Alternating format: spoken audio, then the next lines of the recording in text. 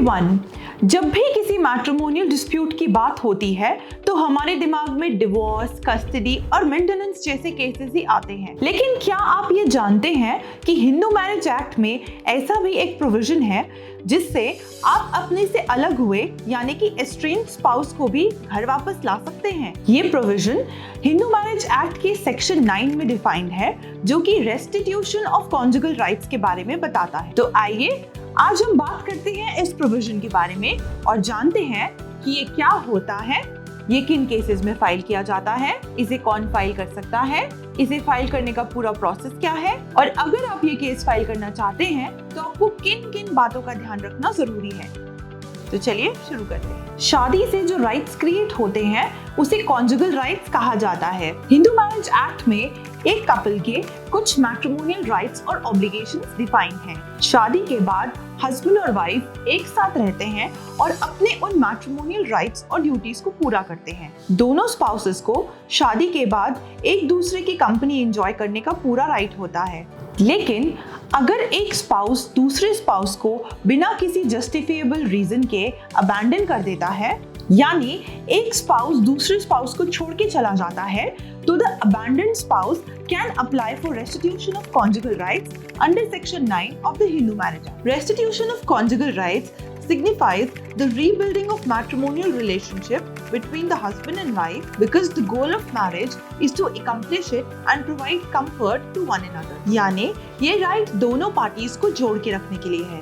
इस केस में जो जजमेंट पास होती है उसके according the court can order the withdrawn partner to return back to the matrimonial house। यानी कि जो पार्टी अपने हस्बैंड या वाइफ को छोड़कर चली गई है, कोर्ट उन्हें वापस अपने पार्टनर की कंपनी को ज्वाइन करने के लिए डायरेक्शंस पास कर सकता है एंड वो डायरेक्शंस ना मानने पर the court can even attach the property of the offending party in case of such non compliance to return to the petitioner. अब हम बात करते हैं फाइलिंग ऑफ द पिटिशन के बारे में कि ये पिटिशन कब फाइल की जाती है। रेस्टिट्यूशन ऑफ कॉन्जुगल राइट्स की पिटिशन तब फाइल की जाती है when the rights of one partner are challenged by the refusal to stay together by the other partner। यानी कि ये पिटिशन हम तब फाइल करेंगे जब एक स्पाउस अपने पार्टनर के साथ रहने से मना कर देता है। इसीलिए रेस्टिट्यूशन ऑफ कॉन्जुगल राइट्स की पिटिशन फाइल करने के लिए कुछ कंडीशंस का पूरा होना बहुत जरूरी है, जैसे कि the marriage between the parties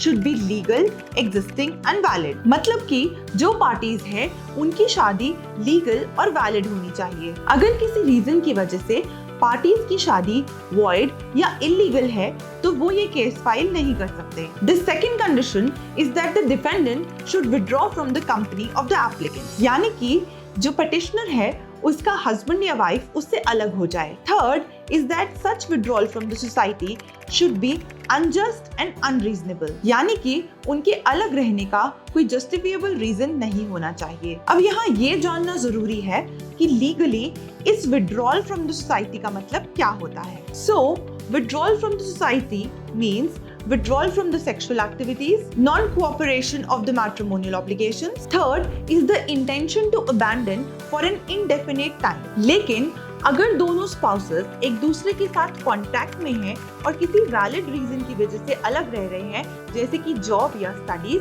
तो इसे विड्रॉल ऑफ द सोसाइटी नहीं माना जाएगा। अब यहाँ ये सवाल आता है कि रेस्टिट्यूशन ऑफ कॉन्जुगल राइट्स की पिटिशन कौन फाइल कर सकता है और ये केस कहाँ फाइल किया जाएगा। हिंदू मैरिज एक्ट के सेक्शन 9 के अंडर अबैंडन्ड हस्बैंड या abandoned wife restitution of conjugal rights का केस फाइल कर सकते हैं। ये केस फैमिली कोर्ट में फाइल होता है within the local limits of whose jurisdiction, जहां दोनों पार्टीज की शादी हुई थी या जहां ऑपोजिट पार्टी रहती है या जहां लास्टली दोनों पार्टीज ने साथ में रिसाइड किया था, या फिर अगर केस वाइफ फाइल कर रही है तो वो अपने रेजिडेंस के डिस्ट्रिक्ट में भी केस फाइल कर सकती है। डिवोर्स केस से हटकर जहां पार्टीज को केस फाइल करने से पहले 1 साल तक वेट करना पड़ता है, रेस्टिट्यूशन ऑफ कॉन्जुगल राइट्स के केस का कोई डिफाइंड टाइमलाइन नहीं होता। अलग होने के बाद abandoned spouse इस पिटिशन को with in reasonable time file कर सकता है। रेस्टिट्यूशन ऑफ कॉन्जुगल राइट्स पे दूसरे स्पाउस पे कोई भी सीरियस एलिगेशंस नहीं लगाए जाते हैं,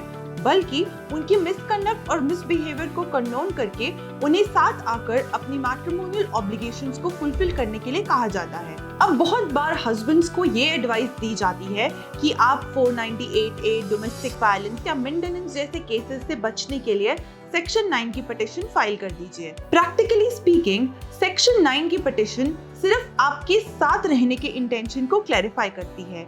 सेक्शन 9 की पिटीशन से आपको किसी भी तरीके की कोई भी प्रोटेक्शन नहीं मिलती है। अब हम बात करते हैं कि रेस्टिट्यूशन ऑफ कॉन्जुगल राइट्स की डिक्री को कैसे एग्जीक्यूट किया जाता है। रेस्टिट्यूशन ऑफ कॉन्जुगल राइट्स की डिक्री को एग्जीक्यूट कराने के लिए डिक्री होल्डर को फैमिली कोर्ट में एग्जीक्यूशन पिटीशन फाइल करनी पड़ती है और ये execution petition order 21 rule 32 of CPC के अंडर फाइल होती है। The court can even attach the property of the offending party in case they fail to return to their spouse। अब हम बात करते हैं कॉन्स्टिट्यूशनैलिटी ऑफ सेक्शन 9 के बारे में। सेक्शन 9 की कॉन्स्टिट्यूशनैलिटी पे बहुत बार सवाल उठाए जाते हैं और ऐसा कहा जाता है कि section 9 is unconstitutional, void and violative of article 21 of the Indian constitution and thus it should be struck off, क्योंकि ये आर्टिकल 21 में गारंटीड पर्सनल लिबर्टी को वॉयलेट करता है। सुप्रीम कोर्ट ने भी सेक्शन 9 के ऊपर बहुत सारे डिसीजंस दिए हैं,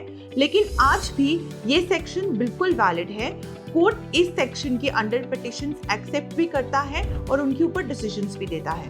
अब हम बात करते हैं सेक्शन 9 से जुड़े कुछ इंपॉर्टेंट पॉइंट्स के बारे में। सेक्शन 9 का केस फैमिली कोर्ट पे फाइल किया जाता है और बाकी मैट्रिमोनियल केसेस की तरह सेक्शन 9 के केस में भी कोर्ट मीडिएशन और एमिकेबल सेटलमेंट कराने की कोशिश करता है। दूसरी इंपॉर्टेंट बात यह है कि अगर सेक्शन 9 की पिटीशन हस्बैंड फाइल करता है तो वाइफ सेक्शन 24 के अंडर एप्लीकेशन फाइल करके मेंटेनेंस और लिटिगेशन चार्जेस क्लेम कर सकती है। अगर आपकी शादी से कोई बच्चा है और वो बच्चा आपके स्पाउस की कस्टडी में है तो आप सेक्शन 9 की पिटीशन के अंडर सेक्शन 26 की पिटीशन को फाइल करके बच्चे की विजिटेशन और कस्टडी को क्लेम कर सकते हैं। अगर आपके स्पाउस सेक्शन 9 की पिटीशन के अंदर अपीयर होके कोर्ट में ये स्टेटमेंट देते हैं कि वो आपके साथ नहीं रहना चाहते तो आप उनकी स्टेटमेंट के बेसिस पे अपने केस को विड्रॉ करके डिवोर्स प्रोसीडिंग्स भी इनिशिएट कर सकते हैं। अगर डिक्री पास होने के बावजूद भी आपके स्पाउस आपकी कंपनी को ज्वाइन नहीं करते then it also becomes a ground for divorce. Overall अगर आपका पार्टनर बिना किसी जस्टिफिएबल रीजन के आपसे अलग रह रहा है और अगर आप उसे वापस बुलाने के लिए और अपनी शादी बचाने के लिए कोर्ट की मदद लेना चाहते हैं तो section 9 will be very useful. अगर आप section 9 of the Hindu marriage act से रिलेटेड या मैट्रिमोनियल लॉ से रिलेटेड किसी भी क्वेरी को क्लैरिफाई करना चाहते हैं तो आप स्क्रीन पे आ रहे नंबर्स पे कॉल करके मेरी टीम से कांटेक्ट कर सकते हैं। आपकी पूरी सहायता की जाएगी। आशा करती हूँ कि इस वीडियो में मेरे द्वारा दी गई जानकारी आपको अच्छी लगी होगी और अगर किसी का भी कोई भी मैट्रिमोनियल डिस्प्यूट चल रहा है तो मेरे द्वारा दी गई जानकारी आपके लिए यूजफुल होगी। हमारे चैनल को सब्सक्राइब करना ना भूलें और बेल आइकन पर भी जरूर प्रेस करें ताकि हमारी सारी नई वीडियोस की नोटिफिकेशन आपको मिलती रहे। इस वीडियो को लाइक और शेयर जरूर करिए ताकि जिनको भी इस विषय में जानकारी चाहिए उन तक ये वीडियो पहुंच पाए। मिलूंगी आपसे अपनी अगली वीडियो में। Till then, good bye and take care.